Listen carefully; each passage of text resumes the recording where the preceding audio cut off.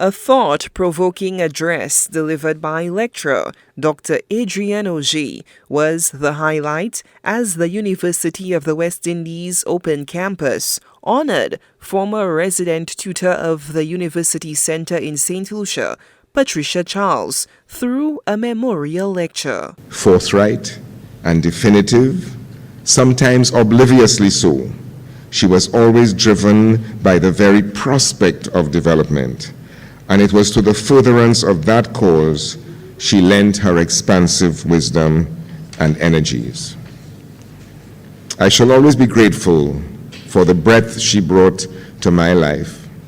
And in this feckless age of apparent indifference to so many development imperatives, education, language, culture, art, heritage, environment, and governance, I believe we could use some of Pat's unadulterated passion in the shaping of national affairs. Patricia Charles passed away in 2010 after a short illness. During her early years as resident tutor, she served on numerous local committees, including the Planning Committee for Rodri Walcott's St. Lucia Drama Festival in 1965, the St. Lucia Archaeological and Historical Society, and the Alias Forces. Dr. Augier was poetic in his delivery, taking time to honor her legacy while simultaneously addressing the issue of development in St. Lucia through a look back at history. By 1962, in a contagious folly of divisive single-mindedness, our Caribbean leaders fractured the West Indies Federation and lined up to sign up to that very doctrine of hegemonic domination while posing as heroic liberators of their back-home people. In contemporary parlance, we all drank that Kool-Aid, complete with ice cubes, red cherry, and little paper umbrella. And with that acquiescence, we adopted an insidious philosophy, a version of development which had little to do with dignity, equity, autonomy, or self-determination.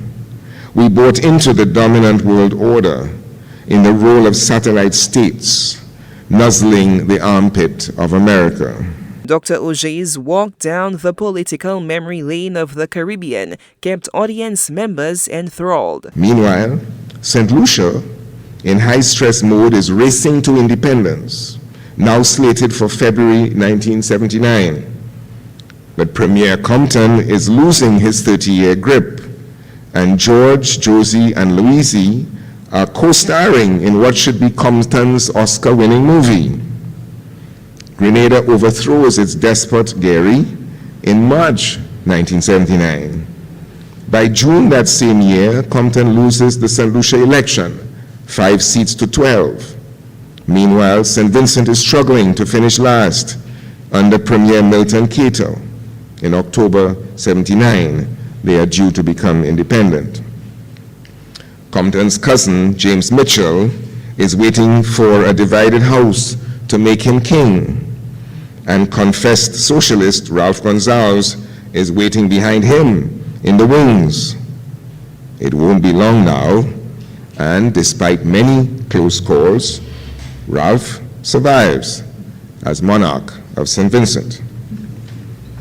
And so the point is, we have been too reluctant in our own evolution, conservative in our politics, comatose in our imagination, imitative in our development philosophy, in a single word, afraid. The intriguing address on St. Lucia's development was well received by audience members. Dr. Augier dissected the many facets of society in need of revolution, overhaul, and reimagining.